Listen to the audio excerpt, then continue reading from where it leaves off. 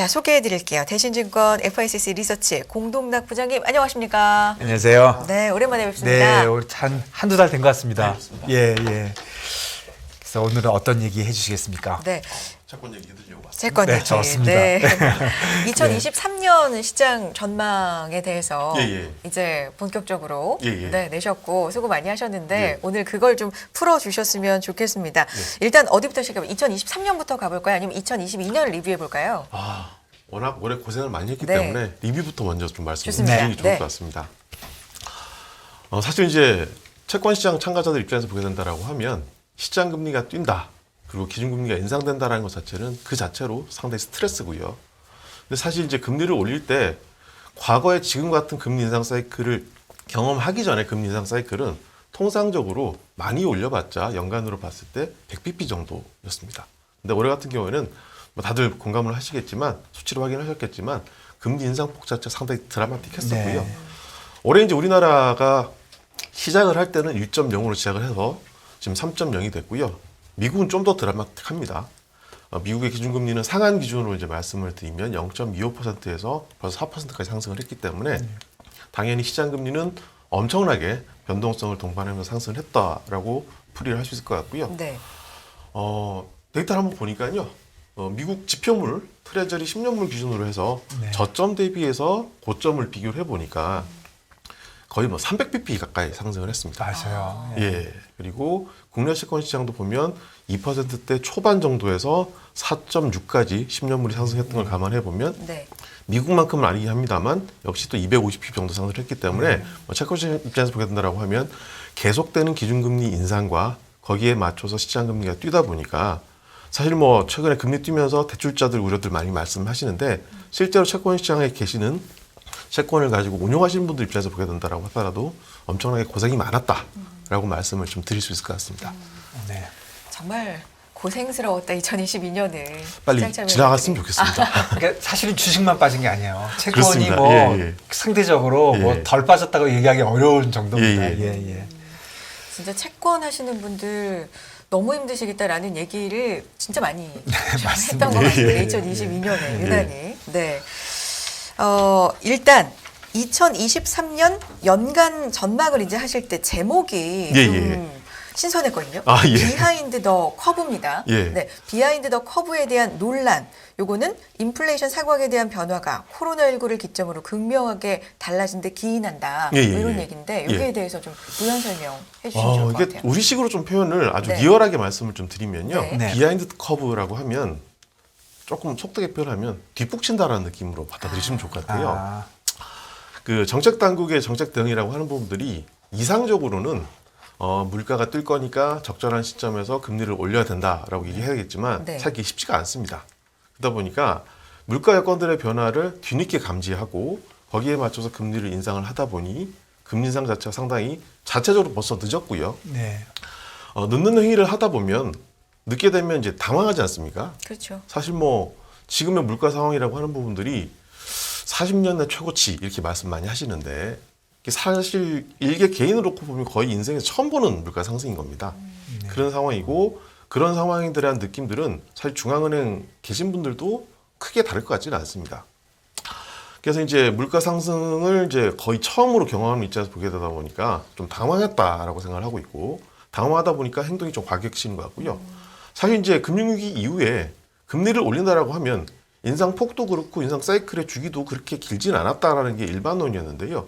올해 보시게 된다라고 하면 용어를 어떻게 만드는지 저도 잘 모르겠습니다만 빅 스텝, 자이언트 스텝, 75p 인상, 심지어는 이제 한때 몬스터 스텝이라는 표현까지 있을 정도로 금리 인상 폭이 상당히 컸다라는 부분들을 보시게 된다고 하면 사실 이게 중앙은행이 당황할 수밖에 없었다라고 하는 거죠.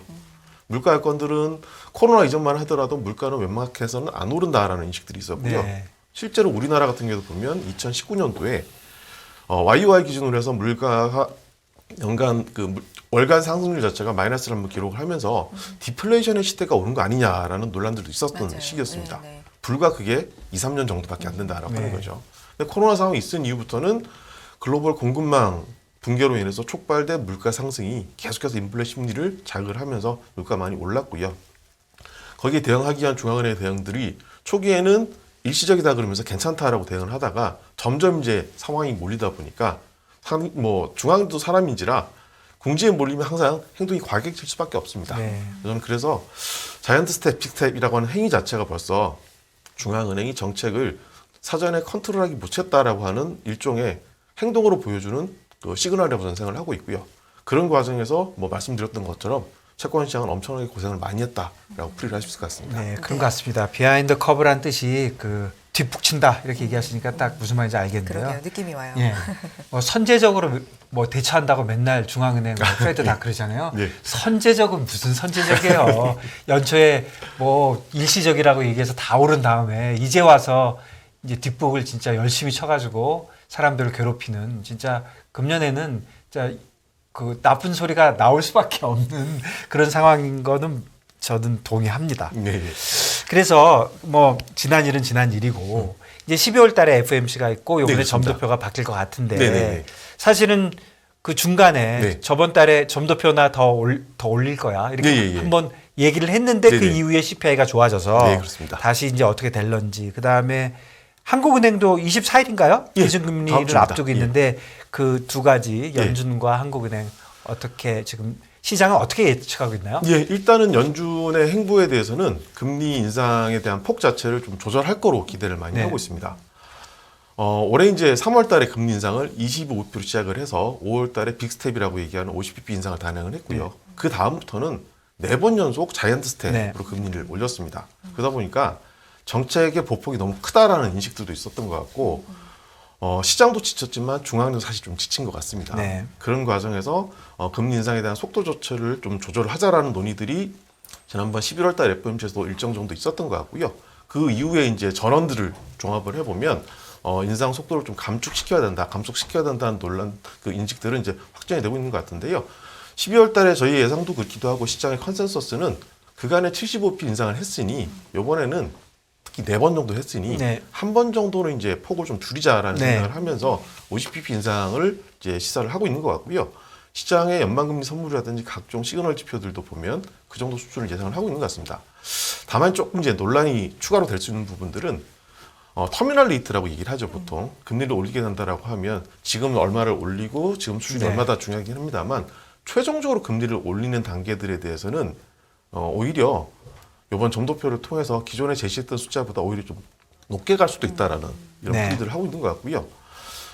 대략 저희가 예상치로는 내년도 1분기 말 정도를 기준으로 환산을 해보면 기준금리, 미국 기준금리가 5.0에서 5.25 정도가 컨센서스로 이제 형성이 되어 있는 상황입니다. 네. 이번에 이제 금리를 올리게 되면 4.5가 될 거고요. 내년 1분기 때 추가적으로 이제 FOMC를 2번 하니까 물리적으로 환산을 해보면 2월 달 한 번, 3월 달 한 번. 예, 그렇습니다. 네. 예.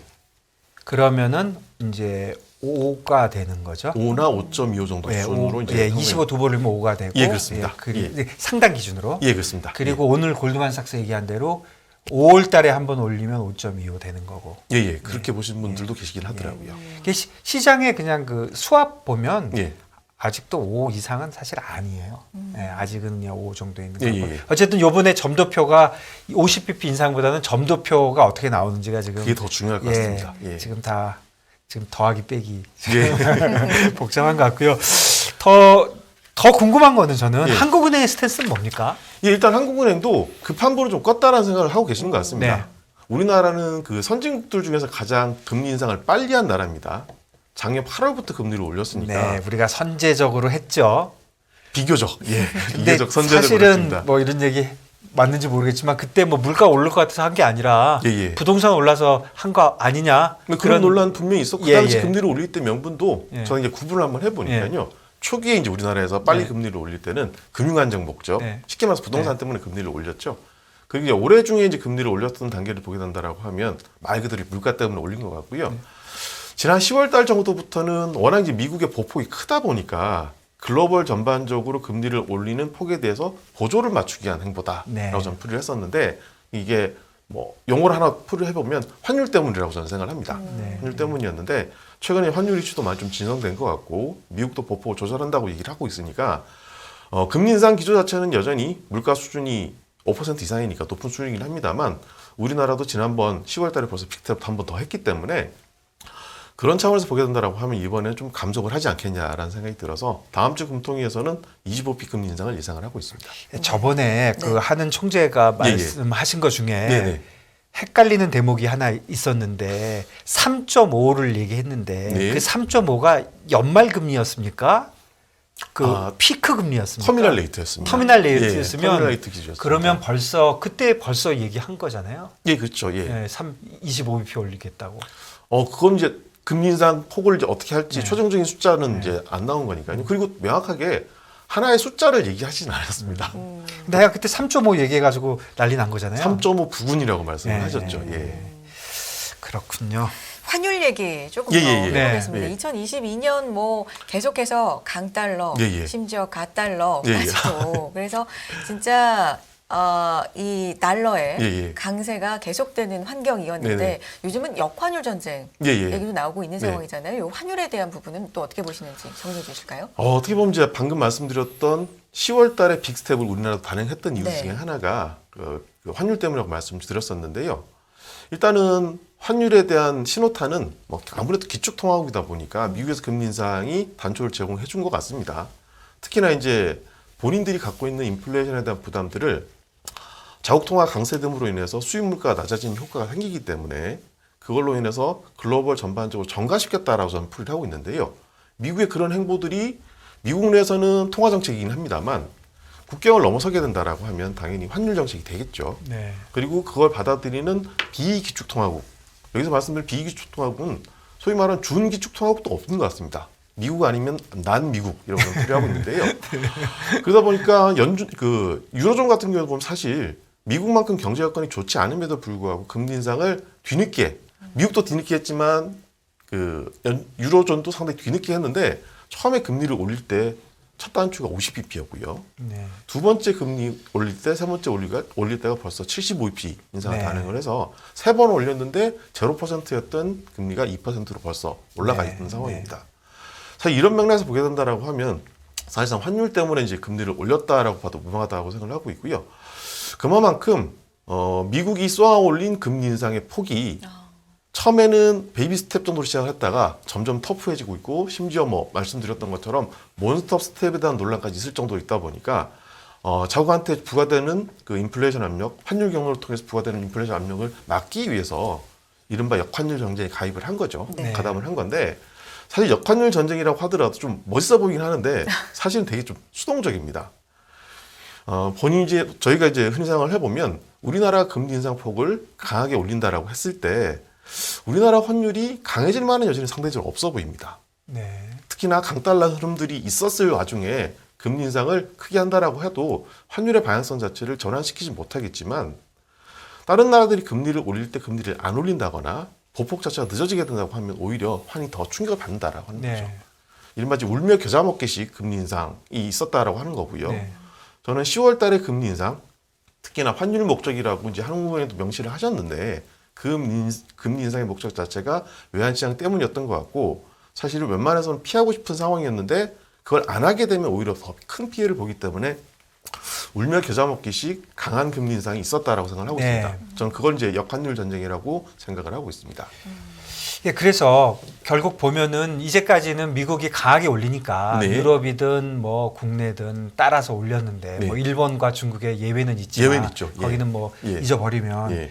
그랬는데 미국은 계속 올리는데 요즘 약간 버티는 분위기잖아요. 예, 그렇습니다. 뭐 안 올리고 예, 예. 어디가 그랬죠? 호주, 캐나다. 호주도 좀 캐나다. 스텝을 예. 조절하고 있습니다. 뭐 우리도 좀 이제 버티는 거잖아요. 사실은 일정도 1% 그렇죠. 이상 예, 예. 이제 벌어지게 되니까. 네네. 근데 이렇게 되면 그 원래 갖고 있던 걱정, 예, 예. 원래 안 쫓아가면 환율의 문제가 됐을 거다. 그런데 갑자기 그 미국을 제외한 예, 예. 다른 국가들이 자신감을 갖고 있는 겁니까? 자신감이라는 표현보다는요. 네. 아마 이제 중앙은행들도 가장 어떻게 보면 뭐 이제 월드컵 시즌이긴 네. 합니다만 선수들끼리 눈치 많이 본다는 얘기를 네. 하잖아요.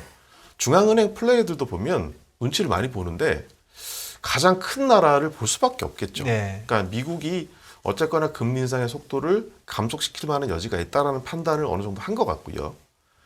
미국이 이제 그렇게 감속을 하게 된다라고 하면 금리를 올린다는 행위 자체는 경제 주체들한테 상당히 피해를 주거나 스트레스를 줄 수밖에 없습니다. 그러니까 금리를 올린 행위 자체는 본인들이 물가 때문이라고 얘기를 하면서 금리를 올리긴 합니다만 웬만해서는 안 하고 싶은 행위일 거고요. 폭도 좀 크게 안 했으면 좋은 부분들인데 미국에서 감속 시그널 내지는 감속에 대한 징후들이 포착되다 보니까 거의 비슷한 시점에서 그런 행보를 했다라고 저는 풀이를 하고 있습니다. 그렇군요. 그런데 이런 것도 있는 것 같아요. 네. 어떻게 생각하세요? 저는 그냥 제 개인적인 생각인지 네네. 모르겠는데 이자율이 미국이 아까 얘기해 주신 대로 미국이 더 많이 올렸잖아요. 예, 그렇습니다. 그리고 지금도 이자율이 미국이 더 높아요. 더 높습니다. 예, 예, 그런데 예. 속도를 보면 예. 사실 다른 나라들도 만만치 않게 올렸어요. 그렇죠, 그렇죠. 그러니까 예. 이제까지 올라올 때 예. 절대값만 보지 말고 그 나라의 경제 환경에 예, 예, 비하면 그렇습니다. 예. 진짜 무리해서 올린 거잖아요. 그렇습니다. 예. 그런 효과가 최근에 강달러를 이제는 조금 진정시키는, 낮춰주는 예. 그런 효과 좀 있었던 걸로 전 충분히 보십니까? 예. 그 내용에 공감을 하고요. 예. 특히 이제 약간 유로존 말씀 좀 네. 드렸었는데 사실은 유로존의 상황들은 올해 이제 글로벌 경제의 그 큰 축 중에서 가장 고생을 많이 한 지역이 유로존입니다. 전쟁도 있었고요. 사실은 물가만 보게 된다고 하면 미국보다 훨씬 물가가 높긴 합니다만 뭐 실업률이라든지 아니면 경제 전반의 지표를 보게 된다고 하면 사실상 물가는 높은데 경제 침체가 어느 정도 왔었던 국가별로 왔었던 상황인 걸 감안해 보면 금리 올리기가 쉽지 않았었겠죠. 네. 근데 이제 빅 스텝, 자이언트 스텝을 두 번 하면서 2%까지 금리를 올렸던 부분들은 사실 본인들 입장에서 봤을 때는 가장 크게 부담이 되면서 금리를 인상을 했다라고 생각을 하고 있고요. 그런 과정들이 누적되다 보니까 결국은 펀더멘탈 입장에서 봤을 때 미국만큼 금리 수준을 따라가지는 못한다. 네. 그렇지만 최소한도 성의 표시를 한다라는 측면에서 보게 된다고 하면 유로존의 제로 금리에서 2%까지 올린 부분들은 상당히 무리해서 금리를 올렸다고 생각을 하고 있습니다. 네. 이제 2023년 얘기를 네네네. 좀 해보겠습니다. 이렇게 2022년에 뭐 빨리 지나갔으면 좋겠다라고 표현하실 만큼 좀 네. 힘들게 네. 지나왔고 2023년은 그러면 예. 어떤 환경을 맞을 거라고 보십니까? 빨리 지나갔으면 좋겠다고 말씀드린 이유가 네. 2023년 때문입니다. 그래요. 아, 그렇습니까? 네. 워낙 이제 금리 상승세 그리고 금리 인상 자체가 좀 터프하게 진행이 되다 보니까 이게 이제 주식시장이라든지 다른 금융시장에 계신 분들한테는 약간 누가 되는지 모르겠지만 물가를 잡기 위해서 금리를 올리다 보니까 경기가 좀 망가지고 있습니다. 네. 사실 뭐 채권시장 같은 경우는 경기 침체 내지는 경기 둔화 자체가 상당히 가격 상승 요인이고 호재이란 부분으로 보이게 된다고 하면 이렇게 누적된 금리 인상이 결국은 경기에 대한 부정적인 영향들이 서서히 가시화되고 있고요. 특히나 이제 미국 같은 경우에는 보면 상대적으로 가장 경제 지표가 탄탄했던 나라임에도 불구하고 3분기 말 지표 아니면 4분기 때 지표는 확실히 안 좋아질 거로 저는 예상을 네. 하고 있습니다.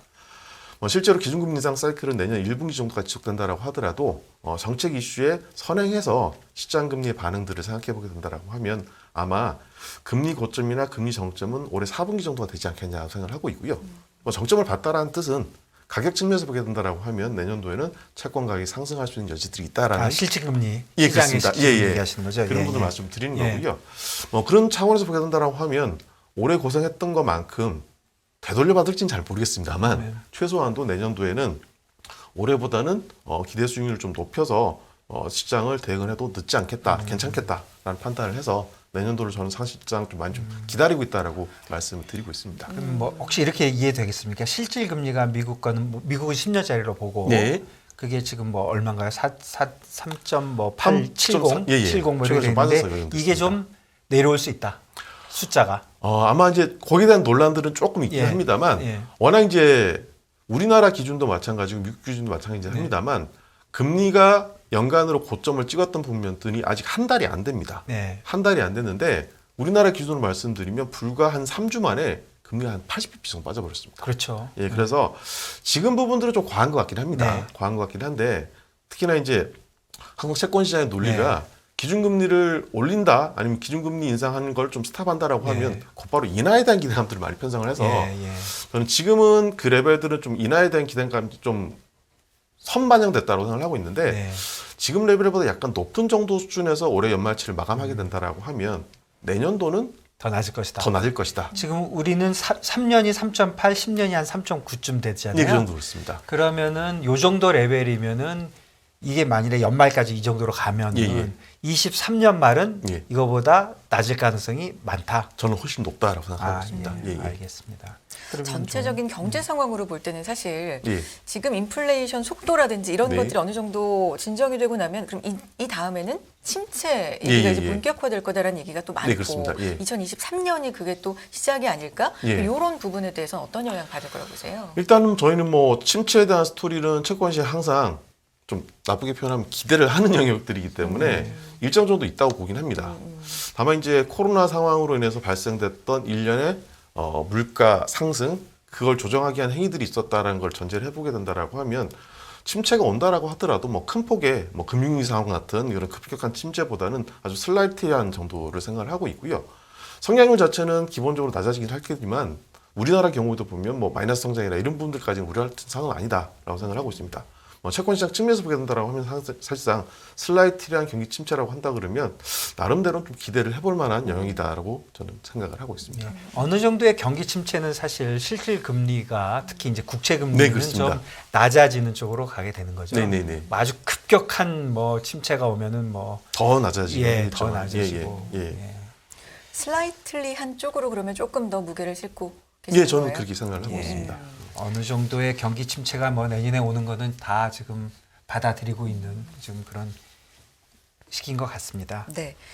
자, 2023년 얘기를 조금만 더 해보겠습니다. 예, 예. 그래서 그런 상황 속에서 전략은 구체적으로 그러면 예. 어떻게 보고 계시는지. 채권 투자 전략은 기본적으로 이제 국채라든지 우량물에 대한 투자를 하신다라고 한다 그러면 네. 지금 시점에서 보게 된다라고 하면 뭐 일간의 변동성이라든지 뭐 변동성이 큰 국면에서는 이렇게 하란 말씀드리긴 힘들긴 합니다만 올해 연말 정도쯤에 금리가 변동성이 클 즈음 돼서 금리가 좀 텄을 때 사놓게 되면 꽤 유효한 전략으로 저는 생각을 하고 있고요. 네. 대신에 채권 시장도 이제 두 가지 영역들이 있습니다. 보통 국채로 얘기하는 채권 시장 내에서의 안전자산 영역이 네. 있고요. 크레딧 쪽 이슈들이 네, 있는데 크레딧 물류, 예. 크레딧 같은 경우는 사실상 경제 침체 내지는 경기가 안 좋아지는 상황들에 대해서는 그렇게 좋게 반응을 못합니다. 뭐 국채가 내려와도 크레딧이 이제 그 격차가 벌어지면서 올라갈 수 있는 거죠. 그렇죠. 금리가. 예. 그 말씀을 좀 드린 거였고요. 예. 특히나 지금의 이제 금리 인상이라고 하는 부분들이 과거에 금리를 올릴 때는 경기가 좋았기 때문에 금리를 올린다는 논리가 성립이 됐었고 경기가 좋다라고 하면 기업들이 매출이라든지 영업이익으로 커버할 수 있는 영역들이 크기 때문에 네. 절대적인 유동성을 줄임으로 인해서 금리를 올림으로 인해서 크레딧 스프레드가 벌어질 수 있는 압력들을 경기로 커버를 했다라는 거죠. 매출로 커버를 했다라는 부분들인데 지금은 어떻게든 물가를 잡기 위한 강력한 긴축이 있었고 그 과정에서 경기 침체를 일정 정도는 중앙은행이 유발했다라는 측면에서 보게 된다라고 하면 경기 관련된 시그널도 그렇게 좋아 보지는 않고요. 그러니까 크레딧 쪽 같은 경우는 국채에 비해서는 접근하는 시점이라든지 대응하는 전략 자체를 조금 이연을 시켜서 대응을 하는 게 타당하지 않겠냐라고 생각하고 있습니다. 네. 이 얘기 한번 여쭤보고 싶습니다. 네. 제가 예전에 보면 네. 아주 고금리 시대 때 네네. 막 11%, 12%갈 네네. 때도 개인 투자가들은 그 뭐 국채나 예. 아니면 국채 그 비하는 무슨 비슷한 예. 그런 채권들을 한 5% 정도 가면은 이제 그 장기 투자로 사기도 하고 많이 사시죠. 예. 그다음에 최근에 이제 이자율이 뭐 거의 1% 미만으로 가 있을 때도 3% 정도 되면 상당한 개인들이 예. 채권을 샀는데 예. 지금 3.8인데 예. 이런 움직임도 계속 있지 않을까요? 이제 아까 제가 말씀드렸던 부분들은 예. 채권을 적극적으로 트레이딩을 하실 수 있는 영역에 계신 분들한테 말씀드리는 네. 계좌였고요.